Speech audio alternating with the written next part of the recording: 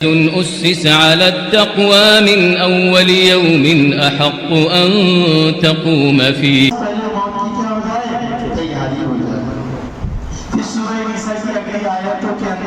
ایک حکم بتایا گیا چوری کا، چوری بھی بہت خطرناک چیز ہے.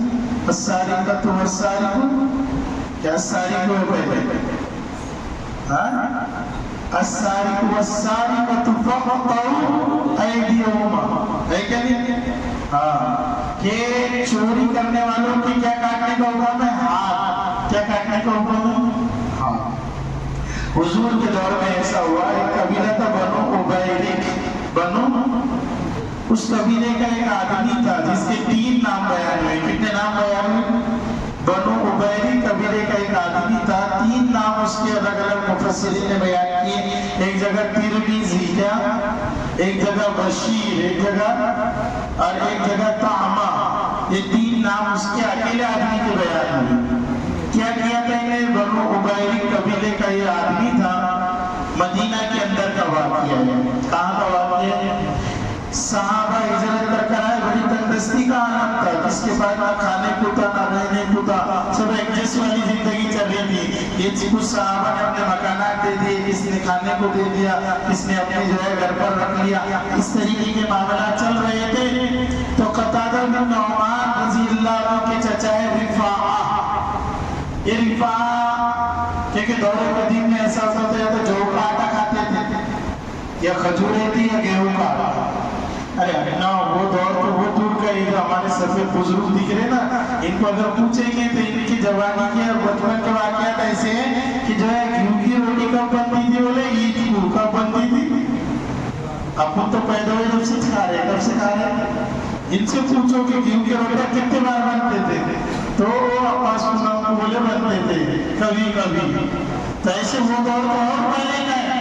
تو وہ دور میں ملک کے شام سے تجارت کے قافلے آتے تھے. تو صحابہ کبھی جو کا آٹا، کبھی کچھ کھجوریں اچھی والی اور کبھی گیہوں کا آٹا خرید کر رکھ دیا کرتے تھے، اس نیت سے کہ اچانک کوئی مہمان آ جائے تو اس کی ہم کیا کریں گے؟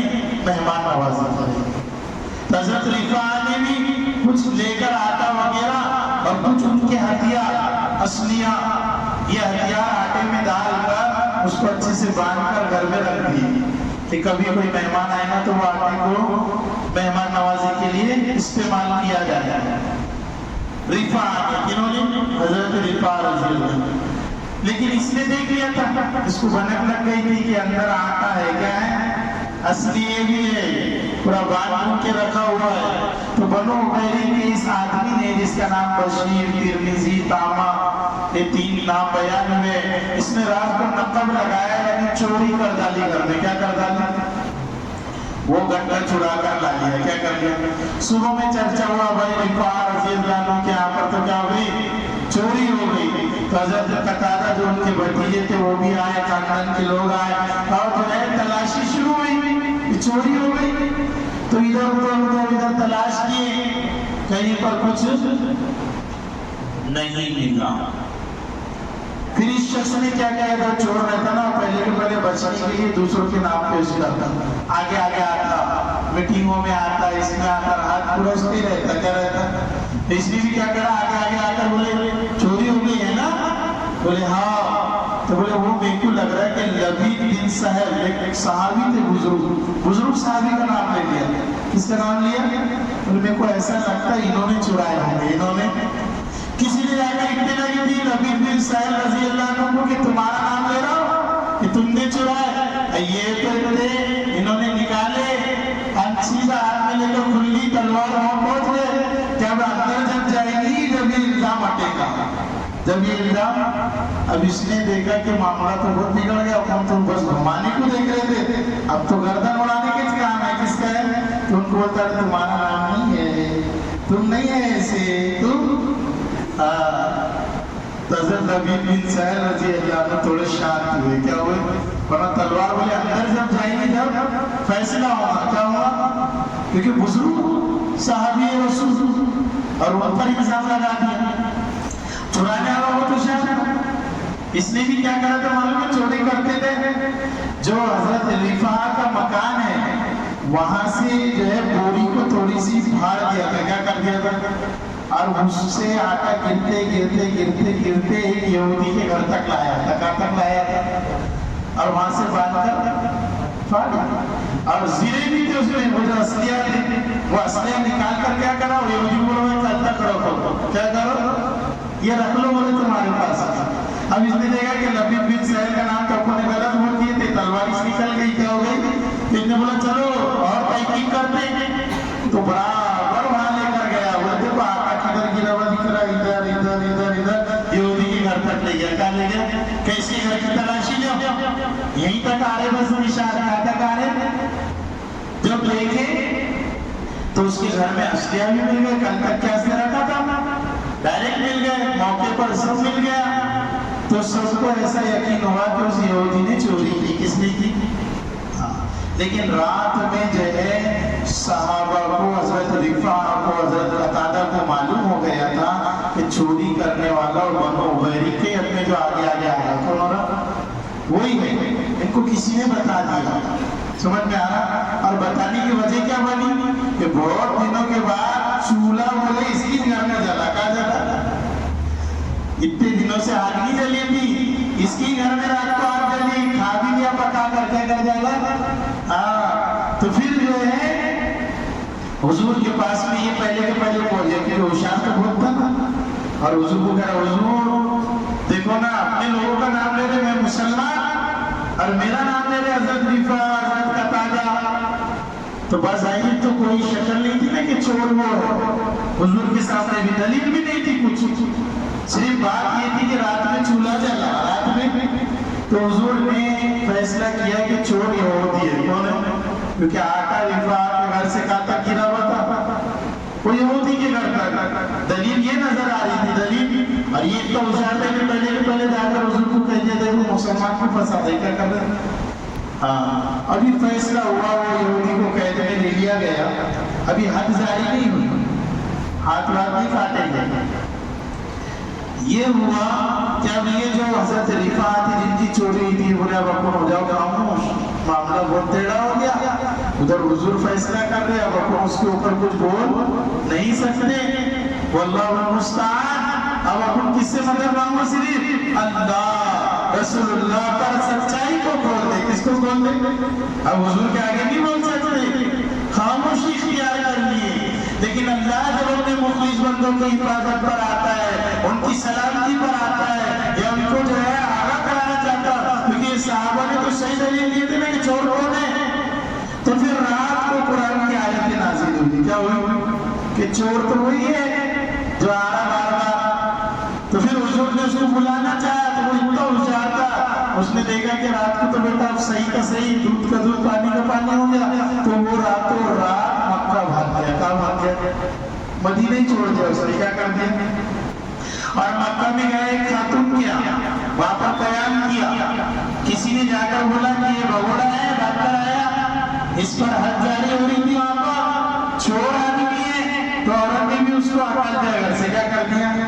جو بدلا کی پکڑ سے کہاں تک بھاگ سکتا ہے، ارے اللہ پکڑنے پہ آئے تو کوئی بھاگ سکتا ہے کیا، اللہ ان بطش ربک لشدید، کہ تیرے رب کی پکڑ ایسی سخت ہے کہ جس کے لیے پولیس فورس اور فوج کسی کی ضرورت نہیں، وہ جب پکڑنے پر آتا ہے تو وہ تنے تنا ایسے پکڑ کرتا ہے کہ اس کی پکڑ سے کوئی بچ نہیں سکتا، اتنے بولا وہاں تو بہت کامیاب ہو گئے تھے، انہیں مدینہ میں بھی چوری کرنے کا پلان بنایا، کہا جہاں مدینہ میں چوری کے لیے گیا تو چراتے وقت ایک دیوار گری اور اس کے نیچے دب کر مر گیا، اس کے نیچے دب کر، علماء نے لکھا ہے اگر یہ منافق تھا تو کافر ہو گیا، اور مسلمان تھا تو مرتد ہو گیا، کیا ہو گیا، ہاں ایمان پر نہیں ہوا تھا، تو چوری اتنا سنگین جرم ہے، ایک مرتبہ قبیلہ مخزوم کی خاتون نے چوری کر لی، کیا کر لی، تو حضرت اسامہ رضی اللہ تعالیٰ عنہ حضور کے پاس سفارش لے کر آئے، کیا لے کر آئے، اللہ کے نبی عورت ہے، کر لی اس نے سفارش کرے حضرت اسامہ رضی اللہ تعالیٰ، اللہ کے نبی کا چہرہ بگڑ گیا، کہ اسامہ تجھے جانتا بھی ہے کہ کس چیز کی سفارش لے کر آیا ہے، جو فیصلہ چوری کے الزام، چوری کی جو سزا کا ہے وہ محمد الرسول اللہ کا نہیں ہے، وہ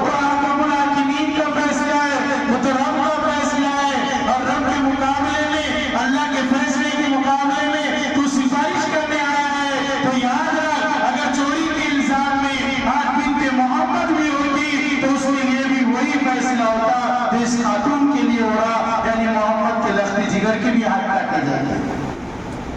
یہ فیصلہ دیا حضور کہ ایسے موقع سے سفارش کرنے نہ ہو جو خونی کتاب ہو، جو اللہ کا معاملہ ہو، اس میں بندوں کی سفارش نہیں چلتی۔ تو اس لیے چوری ایک سنگین جرم ہے، کیا ہے؟ اور اس سے بھی بڑھ کر چوری کوئی معمولی چیز تھوڑی ہے۔ ابھی سب سے چوری بھی الگ الگ ہوتی، ہاں لوگ کیا سمجھ رہے کہ بس پیسے ہی چرانا چوری ہے، کیا ہے؟ ہاں اگر اپنے بازو میں خالی مکان تھا، 2 فٹ آگے بڑھ گئے تو وہ بھی چوری ہے، وہ بھی کیا ہے؟ ایک بالش بھی بڑھے تو چوری ہے، 1 انچ بھی بڑھے تو کیا ہے؟ چوری۔ اور اس کا تو جو اتنا خطرناک ہے، حدیث میں آتا ہے کہ جس نے زمین کسی کی چرا لی، غصب کر لی، تو 7 زمینوں پر جتنی زمین ہے اللہ پوری کی پوری کل قیامت میں اس کے اوپر لاد دیں گے، رکھ دیں گے۔ معمولی جرم نہیں ہے۔ تو چوریاں تو بہت ساری ہیں، اللہ ہر قسم کی چوری سے ہماری کیا فرمائے؟ حفاظت فرمائے۔ ہاں نماز میں بھی چوری ہوتی، کیا ہوتی؟ حدیث میں ہے کہ نہیں؟ ارے نماز میں بھی چوری ہوتی ہے کہ نہیں؟ کہ جلدی جلدی پڑھ رہا تھا، کیا کر ڈالا؟ ہاں رکوع نہیں کیا، سجدہ نہیں کیا، تو اس کو بھی شیخ صاحب نے لکھے کہ اس نے کیا کر لیا؟ نماز میں چوری کر لی، کیا بھی چوری کر لی؟ ہاں اس لیے میرا عزیز دوست شریعت کے جتنے احکام ہیں ہماری زندگی کو بدلنے کے لیے، کس کے لیے؟ تو بدلے گی کب؟ جب ہم احکامات کو سنیں گے، پڑھیں گے، اللہ کے حکموں کو جانیں گے تو زندگیاں تبدیل ہوگی، اور جب تبدیل ہوگی تو اللہ کے احکام پر چلنا کیا ہو جائے گا؟ آسان ہو جائے گا۔ نازلی اس لیے کہ اللہ نے کہ اس پر بندے کیا کرے؟ چلے۔ اللہ ہم سب کی حفاظت فرمائے۔ چوری میں ڈکیتی بھی آتی، غصب بھی آتا، اور جو ہے جتنی ساری چیزیں ہیں نا یہ سب آ جاتے اس کے اندر۔ بندوق لگا کے لینا بھی آتا، سمجھ میں آ رہا نا؟ سب چوری کی کس میں ہے؟ کیا ہے؟ ہاں کسی لوگوں کے کام اپنے سے نہیں ہوتے تو پہلوانوں کے حوالے کر دیتے، کسی کر دیتے، تم نپٹ ڈالو، 100-60 کر ڈالیں گے، کیا کر ڈالیں گے؟ ہاں اس لیے بھائی ایسی چیزوں سے بھی اگر دھمکا کر بھی کس کو لے رہے ہو تو وہ بھی چوری ہے، وہ بھی کیا ہے؟ اللہ ہماری حفاظت فرمائے۔ وما توفیقی الا باللہ۔